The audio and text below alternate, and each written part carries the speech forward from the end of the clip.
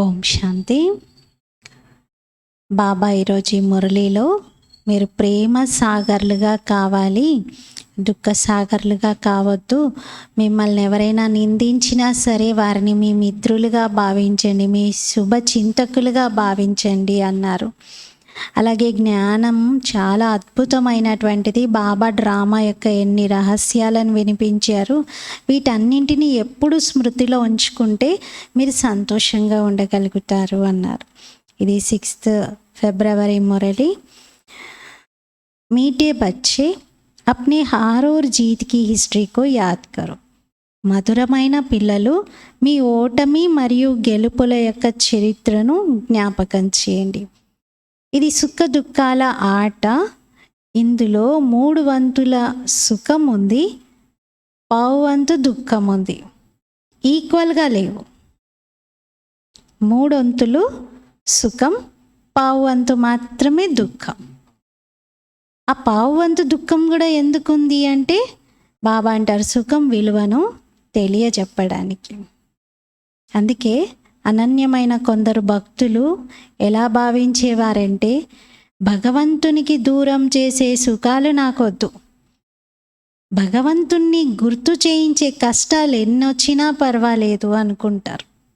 ఎందుకంటే కష్టంలో భగవంతుడు గుర్తొస్తాడు. ఇది ఓటమి గెలుపుల ఆట. దీని హిస్టరీని మీరు మంచిగా గుర్తుంచుకోండి అంటున్నారు బాబా. ప్రశ్న, యह बेहद का ड्रामा बहुत ही వండర్ఫుల్ है कैसे? ఈ అనంతమైన డ్రామా చాలా వండర్ఫుల్గా ఉంది. ఎలా? వండర్ఫుల్గా ఉందా? ఎలా? జవాబు, ఈ అనంతమైన డ్రామా ఎంత వండర్ఫుల్గా ఉంది అంటే ఒక్క సెకండ్లో మొత్తం సృష్టిలో ఏదైతే జరుగుతుందో అదంతా ఉన్నది ఉన్నట్టుగా మళ్ళీ రిపీట్ అవుతుంది. ప్రతి సెకండ్ ఏది జరుగుతుందో అది మళ్ళీ రిపీట్ అవుతుంది. ఈ డ్రామా పేను మాదిరిగా నడుస్తూనే ఉంటుంది. టిక్ టిక్ అంటూ గడియారంలో సెకండ్స్ ముళ్ళు ఎలా తిరుగుతుందో అలా తిరుగుతూనే ఉంటుంది. ఒక ముళ్ళు అంటే ఒకసారి తిరిగింది మరి ఇంకొకసారి దాంతో కలవదు. దీన్ని బాబా ఏమంటున్నారంటే ఏక్ టిక్ నా మిలే దూసరి టిక్ సే. ఒకసారి టిక్ అంటది కదా, అది ఇంకోసారి అన్న టిక్తో కలవదు. అంటే అంత ప్రతి మూమెంట్ ప్రతి సెకండ్ అంత విశేషంగా ఉంది అని బాబా చెప్తున్నారు. అందుకే ఇది చాలా అద్భుతమైనటువంటి డ్రామా. ఎవరైతే మనుష్యులు ఉన్నారో వారందరూ కూడా మంచి చెడు పాత్రలు వహిస్తూ ఉన్నారు. అవన్నీ డ్రామాలో ఇమిడి ఉన్నాయి. ఎవరెవరైతే పాత్ర వహిస్తున్నారో అందరిది మంచి చెడు పాత్ర ఇమిడి ఉంది. ఈ విషయాలు పిల్లలైన మీరే అర్థం చేసుకోగలుగుతున్నారు. ఓం శాంతి. ఓం శాంతి అర్థము పిల్లలకు బాబా అర్థం చేయించారు. ఎందుకంటే ఇప్పుడు మీరు ఆత్మాభిమానిగా అయ్యారు. ఆత్మ తన పరిచయం ఇస్తుంది. మేమందరం ఆత్మలమే, అందరం ఆత్మలము అని పరిచయం ఇస్తుంది. ఆత్మ స్వధర్మం ఏమిటి? శాంతి. ఇప్పుడు సర్వ ఆత్మలది ఇంటికెళ్ళే ప్రోగ్రాం ఉంది అంటున్నారు. ఇంటికి వెళ్ళడం కూడా ఒక ప్రోగ్రామే. ఇంటికి వెళ్ళే ప్రోగ్రాం ఎవరు తయారు చేశారు? తప్పకుండా పాపానే తయారు చేస్తారు కదా. హే ఆత్మలు, ఇప్పుడు పాత ప్రపంచం సమాప్తం అవుతుంది అని తండ్రి ఇది అనౌన్స్ చేశారు. లేకపోతే మనకు అప్పటి వరకు ఆట ఫినిష్ క్లోజ్ అనేది తెలీదు. మనం ఇంకా ఎన్నెన్నో ప్లాన్లు చేసుకుంటున్నారు అందరూ. అన్నీ మొత్తం పాత్రలన్నీ కూడా వచ్చేసాయి. అంటే పాత్రధారులు యాక్టర్స్ అందరూ క్రిందకు వచ్చేసారు. ఇంకా కొద్దిమంది ఆత్మలే ఉన్నారు పైన. ఇప్పుడు అందరూ తిరిగింటికి వెళ్ళాలి. మళ్ళీ అదే పాత్ర రిపీట్ అవుతుంది. మీరు పిల్లలు వాస్తవంగా ఆది సనాతన దేవీ దేవత ధర్మానికి చెందినవారు. మొట్టమొదట సత్యుగం నుండి వచ్చారు. తర్వాత పునర్జన్మలను తీసుకుంటూ పరాయి రాజ్యంలోకి వచ్చారు. ఇది కేవలం మీకు మాత్రమే తెలుసు, ఇంకెవ్వరికీ తెలియదు. మీరు ఒక్క తండ్రి యొక్క పిల్లలు. మధురాతి మధురమైన పిల్లలతో బాబా చెప్తున్నారు, పిల్లలు, ఇప్పుడు మీరు పరాయి రావణ రాజ్యానికి వచ్చి చేరుకున్నారు. మీ రాజ్యభాగ్యాన్ని మీరు పోగొట్టుకున్నారు. సత్యుగంలో దేవీ దేవతా ధర్మం వారిగా ఉండేది. 5000 సంవత్సరాలైంది. అర్థకల్పం మీరు రాజ్యం చేశారు. ఎందుకంటే మెట్లు క్రిందకు దిగుతూనే వచ్చారు. మీరు ఒకప్పుడంత ఉన్నతమైన రాజ్యం చేసినా క్రిందకు దిగే మెట్లే ఉన్నాయి కాబట్టి ఏం చేసినా క్రిందకే దిగుతూ వచ్చారు. సత్యుగం నుండి త్రేతాయుగం నుండి ద్వాపర్, తర్వాత కలియుగం, ఇలా క్రిందకు రావాల్సిందే. ఈ విషయాలని మరచిపోకండి. మీ ఓటమి గెలుపుల యొక్క హిస్టరీని బాగా గుర్తుపెట్టుకోండి. పిల్లలు, మీకు తెలుసు కదా, మీరు సత్యుగంలో సతో ప్రధానంగా సుఖధామం యొక్క వాసులుగా ఉండేది. తిరిగి పునర్జన్మలను తీసుకుంటూ దుఃఖధామంలో శిథిల స్థితికి చేరుకున్నారు. ఇప్పుడు తిరిగి మీరు ఆత్మలు తండ్రి యొక్క శ్రీమతాన్ని పొందుతున్నారు. ఎందుకంటే ఆత్మ పరమాత్మ వేరై చాలా కాలమైంది అంటారు. మొట్టమొదట మీరే తండ్రి నుండి విడిపోయారు. సుఖం యొక్క పాత్ర వహించారు. మీ రాజ్యభాగ్యాన్ని రావణుడు లాక్కున్నాడు. దుఃఖం యొక్క పాత్ర మొదలైంది. ఇప్పుడు మీరు పిల్లలు తిరిగి రాజ్యభాగ్యాన్ని తీసుకుంటున్నారు. సుఖము శాంతి యొక్క రాజ్యభాగ్యాన్ని. దుఃఖం పాత్రలోకి వచ్చేసారు.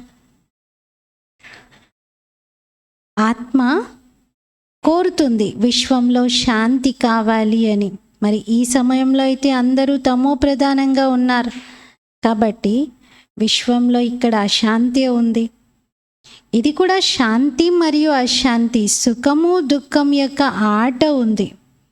మీకు తెలుసు 5000 సంవత్సరాల పూర్వం కూడా విశ్వంలో శాంతి ఉండేది అని.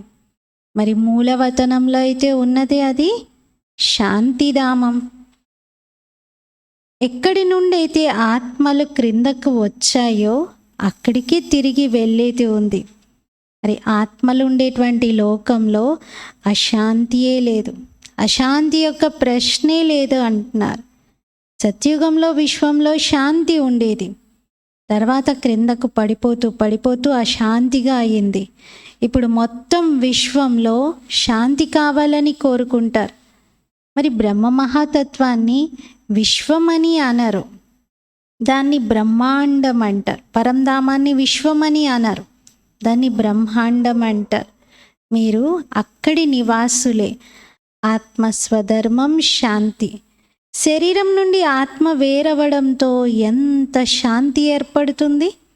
ఆత్మ ఒక శరీరాన్ని విడిచిపెట్టడంతో ఆ ప్రదేశమంతా శాంతితో నిండిపోతుంది. చూడండి, ఎవరైనా చనిపోయినప్పుడు మీరు డెడ్ బాడీ ఉండగా వెళ్ళి చూడ్డానికని వెళ్తే అక్కడ ఎంత సైలెన్స్ ఉంటుంది. ఒక్క ఆత్మ శరీరం విడిచిపెట్టడంతో అంత శాంతి.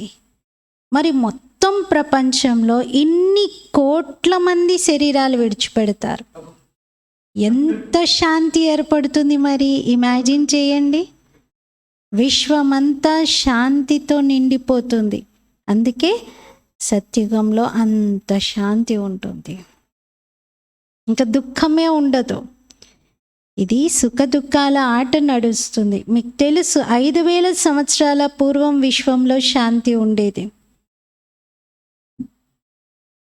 బాబా అంటారు, శాంతి లేక ముక్తిధామంలో సుఖ దుఃఖాల పాత్ర ఉండదు. ఇక్కడ మీరు పిల్లలు అడుగుతారు ఇక్కడికి ఎందుకు వచ్చారు అని.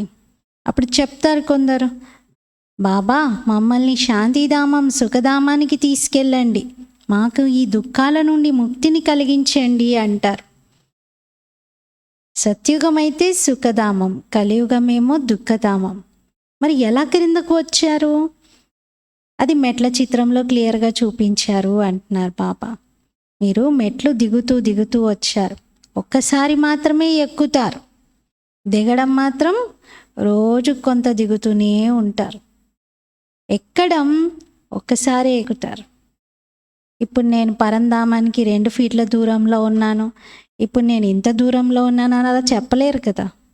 అందరం ఇక్కడే ఉన్నాం. స్థితి ఉన్నతంగా అవుతుంది, కానీ వెళ్ళడం అందరం ఒక్కసారే వెళ్తాం. అంతే తప్ప నేను 100 ఫీట్ల దూరంలో, నేను 1 కిలోమీటర్ దూరంలో, మీరు ఇంత దూరంలో ఉన్నారా ఇలా అనడానికి లేదు.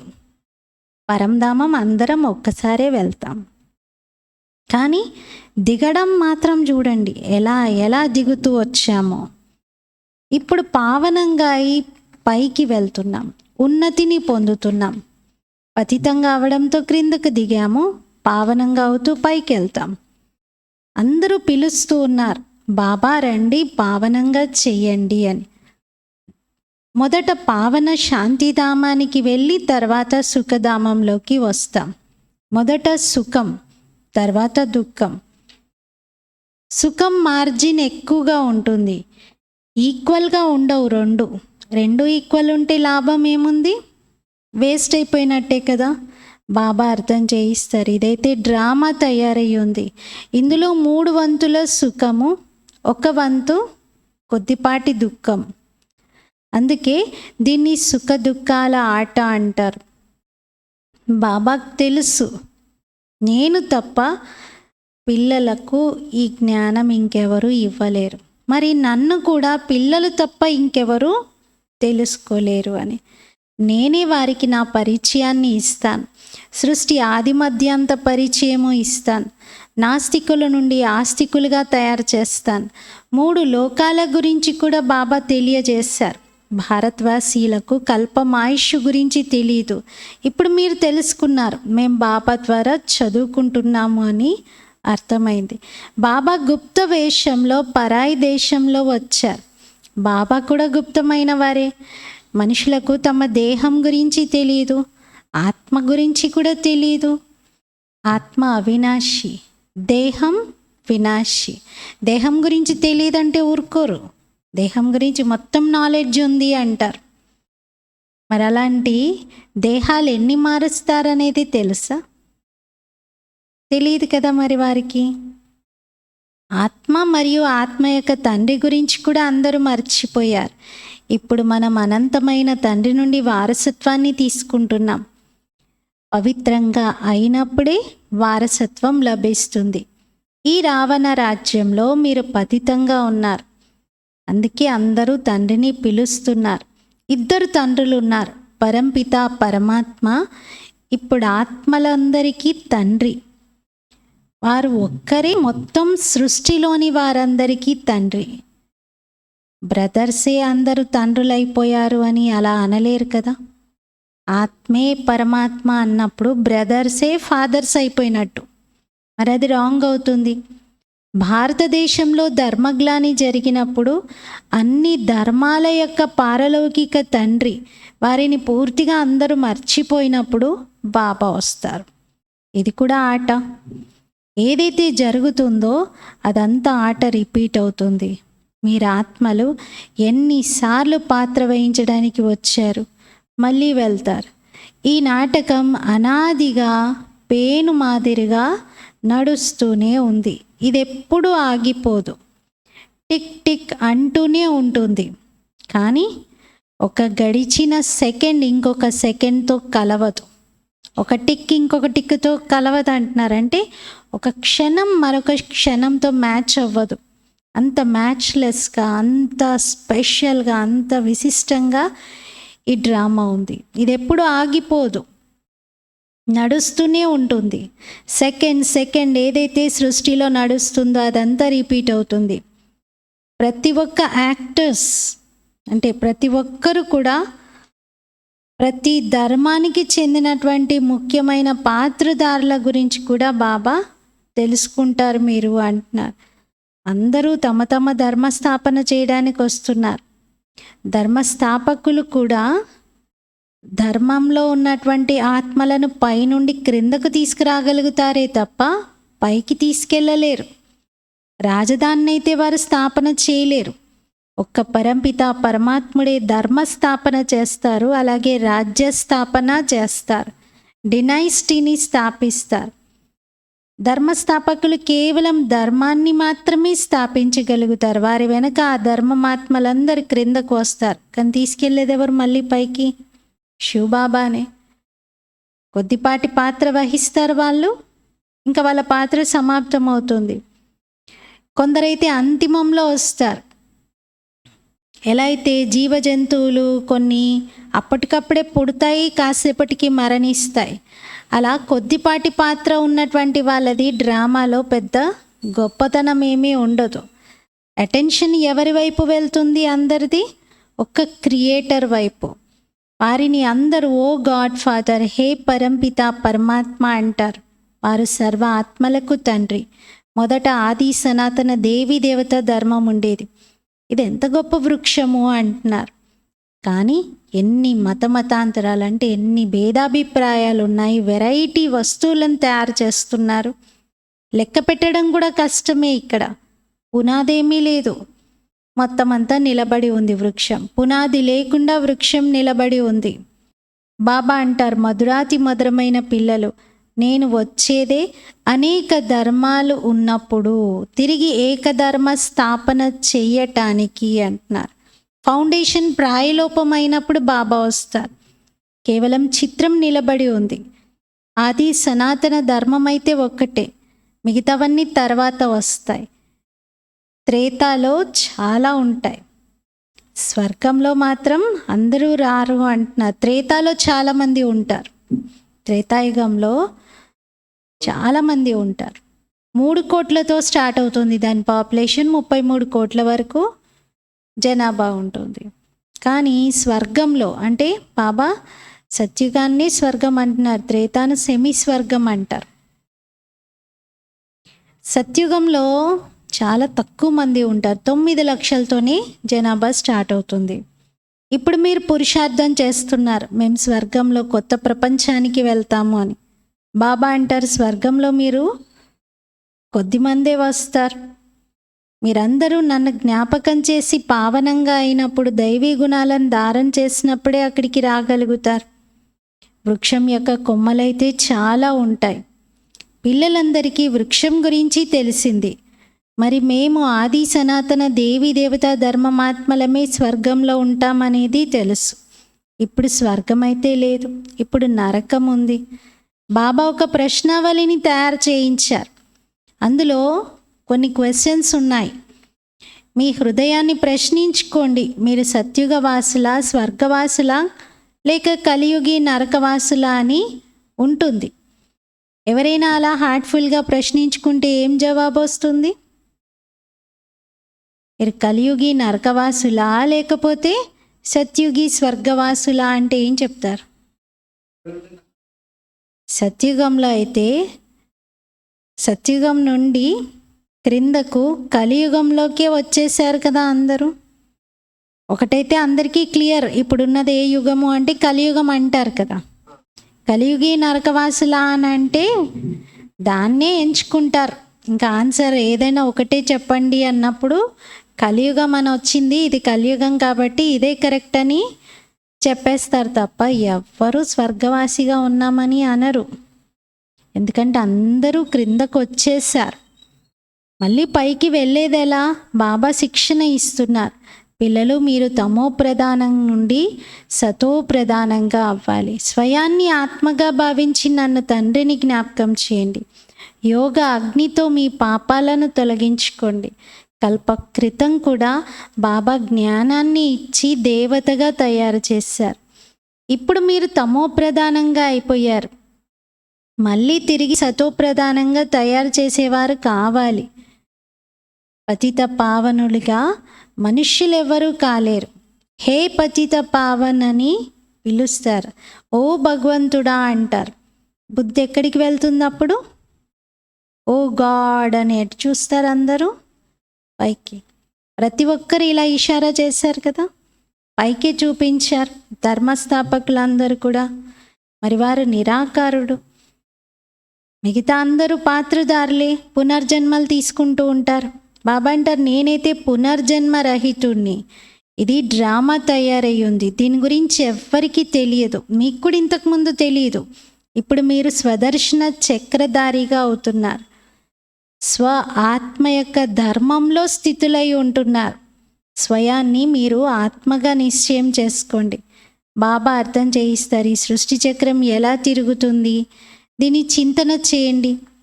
మీరు స్వదర్శన చక్రధారిగా పిలువబడతారు. ఇంకెవరిలోనూ ఈ జ్ఞానం లేదు. మీకు చాలా సంతోషం కలగాలి. మా టీచర్ శివబాబా, మేము కూడా తండ్రి సమానంగా టీచర్గా ఉన్నాము అని, బాబా మాకు టీచర్గా చదివిస్తున్నారు అని. చాలా మధురమైన బాబా ఉన్నారు. బాబా వంటి మధురమైన వారు సృష్టిలో ఇంకెవ్వరూ లేరు. మీరు పారలౌకిక తండ్రి యొక్క పిల్లలు, పరలోకంలో ఉండేటువంటి వారు. మీరంతా ఆత్మలు. బాబా కూడా పరంధామంలో ఉండేవారు. ఏ విధంగా లౌకిక తండ్రి పిల్లలకు జన్మనిచ్చి పాలనని ఇస్తారు, పాలన చేసి సర్వస్వం పిల్లలకు అర్పించి తను మాత్రం పక్కకు ఉంటారు. అంటే పిల్లలకు మొత్తం బాధ్యతలు అప్పగించి తను అన్నిటి నుండి విరామం తీసుకుంటారు. ఎందుకంటే పిల్లల్ని వారసులు అంటారు కదా, నియమం కూడా అదే. ఇక్కడ అనంతమైన తండ్రికి మీరు పిల్లలుగా ఉన్నారు. బాబా అంటారు, నేను కూడా మీ అందరినీ తిరిగి ఇంటికి తీసుకెళ్తున్నాను, వాపస్ వానికి అతీతంగా ఉన్న ప్రదేశానికి తీసుకెళ్తున్నారు. అది సైలెన్స్ ప్రపంచం. ఆ తర్వాత దానికన్నా కొంచెం క్రిందకు వస్తే మూవీ ప్రపంచం ఉంది.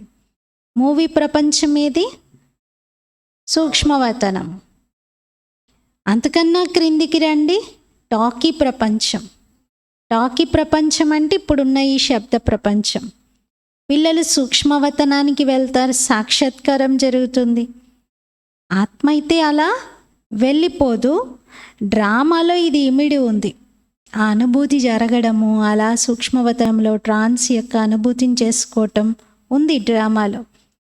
డ్రామాలో ఉన్నదంతా సెకండ్ రిపీట్ అవుతుంది. ఒక సెకండ్ ఇంకొక సెకండ్తో కలవదు. మనుషుల పాత్ర ఏదైతే నడుస్తుందో, మంచి చెడు మొత్తం డ్రామాలో ఇమిడి ఉంది. సత్యుగంలో మంచి ఉంటుంది, కలియుగంలో చెడు పాత్ర వహిస్తారు. కలియుగంలో మనుష్యులు దుఃఖితులుగా ఉన్నారు. రామరాజ్యంలో చీచీ విషయాలైతే ఉండవు కదా. రామరాజ్యం, రావణ రాజ్యం రెండూ ఈక్వల్గా కూడా ఉండవు. డ్రామాను తెలుసుకొని కారణంగా అందరు ఏమంటారు, సుఖ దుఃఖాలు పరమాత్ముడే ఇస్తున్నాడు అని. కానీ శివబాబా గురించి వాళ్ళకి తెలియదు కాబట్టి అలా చెప్తున్నారు. రావణుడి గురించి కూడా వాళ్ళకి తెలియదు. శివ జయంతిని ప్రతి సంవత్సరం జరుపుతూ ఉంటారు. మరి రావణుడి యొక్క మరంతిని కూడా ప్రతి సంవత్సరం జరుపుతూ ఉంటారు అంటున్నారు. ఏంటి? శివ జయంతి జరుపుతాం శివరాత్రికి. రావణుని మరంతి ఎక్కడుంది? దసరా. దసరా రూపంలో రావణుని అంతం చేస్తూ జరుపుతారు కదా. ఇప్పుడు అనంతమైన తండ్రి తన పరిచయాన్ని ఇస్తున్నారు. స్వయాన్ని ఆత్మగా భావించండి, నన్ను తండ్రిని జ్ఞాపకం చేయండి. బాబా అయితే చాలా మధురమైన వారు. బాబా ఏమైనా కూర్చొని తన బడాయి గొప్పతనం చెప్పుకుంటూ ఉంటారా? తన మహిమ తను చెప్పుకుంటూ ఉంటారా? లేదు. ఎవరైతే బాబా ద్వారా సుఖాన్ని పొందారో వాళ్ళు చెప్తారు. ఎవరైతే బాబా ద్వారా అన్నీ పొందారో వాళ్ళు బాబా యొక్క మహిమ చేస్తారు. మీరు పిల్లలు బాబా నుండి వారసత్వం తీసుకుంటున్నారు. బాబా ప్రేమ సాగరుడు. అది సత్యుగంలో మీరు చాలా ప్రియంగా మధురంగా అవుతారు. ఎవరైనా చెప్పారనుకోండి, అప్పుడు వాళ్ళకి చెప్పండి, సత్యుగంలో వికారాల విషయం ఉండదు. అక్కడైతే రావణ రాజ్యమే ఉండదు. రావణ రాజ్యం ద్వాపర యుగం నుండి ఉంటుంది. మరి ఈ విషయాలన్నీ ఎంత మంచి రీతిగా అర్థం చేసుకోవాలి. వరల్డ్ హిస్టరీ, జాగ్రఫీ గురించి కూడా ఎవ్వరికీ తెలియదు. ఈ సమయంలో మీరే అర్థం చేయిస్తూ ఉన్నారు. మీకే బాబా అర్థం చేయిస్తున్నారు. మీరు దేవతగా అవుతున్నారు. దేవతల కంటే ఉన్నతమైన వారు ఇంకెవరు ఉండరు. మరి దేవతలకు అక్కడ గురువు యొక్క అవసరం ఉంటుందో? రాజగురువులు ఉంటారా? ఉండరు. ఇక్కడైతే చాలామంది గురువులు ఉన్నారు, సద్గురువు ఒక్కరే. సిక్కు మతస్థులు సద్గురు అకాలని అంటారు, అకాలమూర్తుడిని సద్గురువు అంటారు. మరి అకాలమూర్తుడు ఎవరు? కాలోంకా కాల్ మహాకాలుడెవరు? అదైతే శివుడే. వారే మృత్యుకి కూడా మృత్యు వంటి వారు. బాబా అంటారు, నేను అందరినీ తీసుకొని వెళ్తాను, పవిత్రంగా చేసి మొదట అందరినీ శాంతిధామానికి, తర్వాత సుఖధామానికి తీసుకెళ్తాను. ఒకవేళ నా పిల్లలుగా అయి మళ్ళీ మాయవారిగా అవుతే ఏమంటారు? గురువును నిందించిన వారికి ఎక్కడా చోటు లభించదు అంటారు. మరి అది స్వర్గం. అక్కడైతే సంపూర్ణ సుఖాన్ని పొందుతారు. కానీ ఒకవేళ గురువును నిందించినటువంటి వారు ఉంటే స్వర్గంలో సుఖాన్ని పొందలేరు. స్వర్గ సుఖాలు వాళ్ళ భాగ్యంలో ఉండవు. వాళ్ళు ప్రజల్లోకి వెళ్ళిపోతారు. బాబా అంటారు, పిల్లలు నా నింద చేయించకండి, నేను మిమ్మల్ని స్వర్గానికి యజమానిగా చేయడానికే వచ్చాను. మరి దైవీ గుణాలని కూడా మీరు ధారణ చేయాలి, ఎవరికీ దుఃఖం ఇవ్వకూడదు. బాబా అంటారు, నేను వచ్చిందే మిమ్మల్ని సుఖధామానికి యజమానిగా చేసేందుకు. బాబా అయితే ప్రేమ సాగరుడు, మనుష్యులేమో దుఃఖ సాగర్లు, దుఃఖం ఇచ్చే సాగర్లు. కామ వికారం నడిపించి ఒకరికొకరు దుఃఖ పెట్టుకుంటూ ఉంటారు. ఈ విషయాలు అక్కడ ఉండవు. అది ఉన్నదే రామరాజ్యం. యోగ బలంతో సంతాన ప్రాప్తి కలుగుతుంది. ఇక్కడ యోగ బలంతో మీరు మొత్తం విశ్వాన్ని పవిత్రంగా చేస్తున్నారు. మీరు వారియర్స్గా ఉన్నారు, కానీ గుప్తంగా ఉన్నారు. గుప్తంగా ఉన్నటువంటి వారియర్స్. బాబా ఏమంటారు? Unknown warriors but very well known అంటారు. చాలా ప్రసిద్ధమై ఉన్నారు, పేరుగాంచి ఉన్నారు. భక్తి మార్గంలో మీరు దేవీల రూపంలో మందిరాలలో పూజింపబడుతున్నారు. అమృత కలశం భగవంతుడు మాతల తలపైనే పెట్టారు, గోమాత అంటారు. ఇది జ్ఞానానికి సంబంధించిన విషయం, నీళ్ళ విషయం అయితే కాదు. మీరే శివశక్తి సైన్యంగా ఉన్నారు. వాళ్ళు దీన్ని కాపీ చేసి ఎంతమంది గురువులైపోయి కూర్చున్నారు చూడండి. ఇప్పుడు మీరు సత్యమైనటువంటి నావలో కూర్చున్నారు. గాయనం ఉంది కదా, నా నావను తీరానికి చేర్చండి అంటారు. మరి ఇప్పుడు నావికుడు ఎవరు? తీరానికి చేర్చే నావికుడైతే శివబాబాని. వేశ్యాలయం నుండి శివాలయానికి తీసుకెళ్తున్నారు. వారిని తోట యజమాని అని కూడా అంటారు. ముళ్ళ అడవిని పూల తోటగా తయారు చేస్తున్నారు. ఇంకక్కడ సుఖమే సుఖం, ఇక్కడైతే దుఃఖం. బాబా ప్యాంప్లెట్స్ విషయంలో చెప్తూ ఉంటారు, అందులో రాయండి, మీ హృదయాన్ని ప్రశ్నించుకోండి, మీరు స్వర్గవాసీలా కలియుగ నరకవాసీలా. చాలా మంచి ప్రశ్న అంటున్నారు. మీరు అడగవచ్చు ఎవరినైనా. అందరు అంటున్నారు భ్రష్టాచారం ఉంది ఈ ప్రపంచంలో అని. మరి శ్రేష్టాచారీలైతే ఎవరూ లేరు. శ్రేష్టాచారీలంటే దేవతలు. ఇప్పుడు ఎవరైనా దేవీ దేవతలు ఉన్నారా? ఇక్కడ మన మధ్యలో లేరు కదా. దేవి దేవత ధర్మమే ప్రాయలోపం అయిపోయింది. మరి భగవంతుడే రావాలి ఆ ధర్మస్థాపన చెయ్యాలంటే. దేవతల ధర్మాన్ని స్థాపించాలంటే ఎవరు రావాలి? దేవాది దేవుడు, మహాదేవుడు రావాలి, ఆ పరమశివుడే రావాలి. మరి స్వర్గ స్థాపన వారు చేస్తారు. బాబా శ్రీమతం పైన నడుస్తూ మీరు కూడా వారికి ఇందులో సహయోగిగా అవుతారు. अच्छा, मीठे मीठे सिकीलते बच्चों प्रति माता पिता बाप दादा का याद प्यार और गुड मॉर्निंग। रूहानी बाप की रूहानी बच्चों को नमस्ते। हम रूहानी बच्चों की रूहानी बाप दादा को याद प्यार गुड मॉर्निंग और नमस्ते। मेरा बाबा मीठा बाबा प्यारा बाबा शुक्रिया बाबा। ధారణ కోసం ముఖ్య సారము: తండ్రి సమానంగా ప్రేమ సాగరులుగా అవ్వాలి, దుఃఖ సాగరంగా కాదు. బాబాకు నింద చేయించేలాంటి కర్మలేమి చేయకూడదు. చాలా మధురంగా ప్రియంగా అవ్వాలి. సెకండ్ పాయింట్, యోగ బలంతో పవిత్రంగా అయి ఇతరులను కూడా పవిత్రంగా తయారు చెయ్యాలి. ముళ్ళ అడవిని పూల తోటగా తయారు చేసేటువంటి సేవ చేయాలి. సదా సంతోషంలో ఉండాలి. మా బాబా, మధురమైన బాబా మాకు తండ్రి, అలాగే టీచర్గాను ఉన్నారు.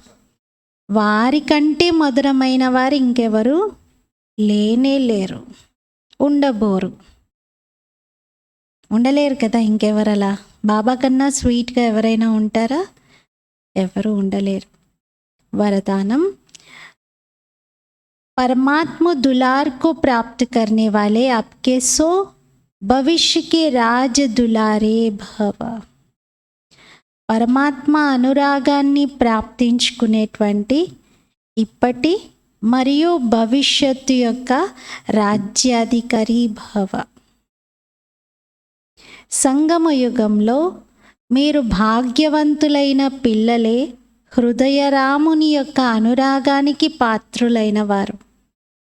ఈ పరమాత్మ అనురాగం కోట్లల్లో కొద్దిమంది ఆత్మలకు మాత్రమే ప్రాప్తిస్తుంది. ఈ దివ్యమైన అనురాగం ద్వారా రాజ్యాధికారిగా అయిపోతారు. రాజ్యాధికారులు అనగా ఇప్పుడు కూడా రాజ్యము, ఇప్పుడు కూడా రాజులుగా ఉండటం, భవిష్యత్తులో కూడా రాజులుగా ఉండడం. రాజు దులారే అంటే రాజ్యం పొందడానికి అర్హులుగా ఉన్నటువంటి వారు ఇప్పుడు రాజులుగానే, భవిష్యత్తులోనూ రాజులుగానే ఉంటారు. భవిష్యత్తులో కూడా మొదట మీరు స్వరాజ్యాధికారిగా అవుతారు. ఎలా అయితే భవిష్యత్తు కన్నా ముందు మీరిప్పుడే స్వరాజ్యాధికారిగా అవుతారు. భవిష్యత్తులో అధికారిగా అవుతారు, ఓకే, కానీ భవిష్యత్తు కన్నా ముందు ఇక్కడే మీరు స్వరాజ్యాధికారిగా అవుతారు. ఈ విధంగా భవిష్యత్తులో రాజ్యం యొక్క మహిమ ఎలా చేస్తారు? ఒకే రాజ్యం, ఒకే ధర్మం, ఒకే భాష, ఒకే మతము ఇలా అంటారు కదా, మన రాజ్యం ఎలా ఉంటుంది అని. అలాగే ఇప్పుడు సర్వ కర్మేంద్రియాల పైన ఆత్మ యొక్క ఏకఛత్రాధిపత్యం ఉండాలి. కర్మేంద్రియాల పైన ఆత్మ యొక్క ఏకఛత్రాధిపత్యం ఉండాలి. స్లోగన్: మీ ముఖము ద్వారా బాబా యొక్క నడవడికను చూపించడమే పరమాత్మ స్నేహిలుగా అవ్వటం. మీ ముఖము ద్వారా బాబా యొక్క గుణాలను, నడవడికను చూపించడమే పరమాత్మ స్నేహిలుగా అవ్వటం. ఈరోజు స్వమానము: నేను వర్తమానము మరియు భవిష్యత్తు యొక్క రాజ్య అధికారి ఆత్మను. వర్తమానంలోనూ రాజ్యాధికారి, స్వరాజ్యాధికారి, భవిష్యత్తులోనూ రాజ్యాధికారి. ఓం శాంతి.